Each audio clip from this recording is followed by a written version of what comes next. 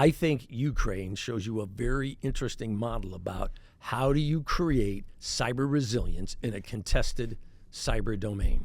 And the answer, among the answers that I see, is you got to move to a different model. And one of the changes in the model for me is I'm not interested in collaboration. I'm interested in integration. I'm interested in a real-time situational awareness between government and the private sector. I'd start with a subset of critical infrastructure to try to prove the concepts. But I'm interested in real-time situational awareness, not just I'll share what I see, and oh, by the way, if you become aware of something, let me know. Real-time problem solving. Hey, so if this is our situational awareness picture and we're seeing this kind of activity, what can you do and what can I do perhaps to address this, either to preclude its effectiveness or respond if it has been effective, if you define effectiveness as a network was penetrated and potentially some sort of effect was achieved. Hey, extraction of information, locking down of the network, disabling the network, etc.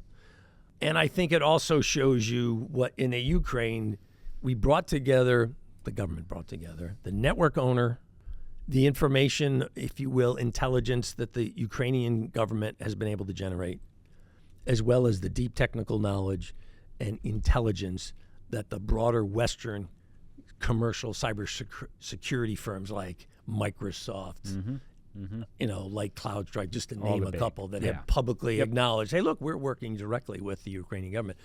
I'm going, guys, that's a model for success. Now, I'm the first to acknowledge America's a nation of 335 million, which with a much bigger set of infrastructure, which is why I would argue start with a subset.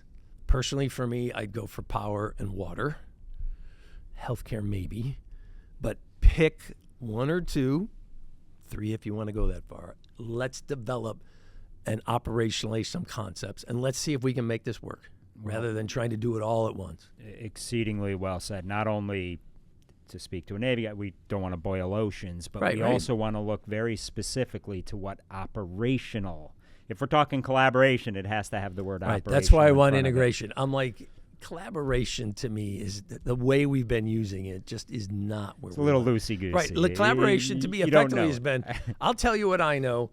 And oh, by the way, if you're the network owner, well, when I have the time or if I have the insight, I'll share it with you. I'm going, guys, we cannot work like this. And it just hasn't worked. Doesn't mean that people aren't working hard. Doesn't mean that there isn't information flowing.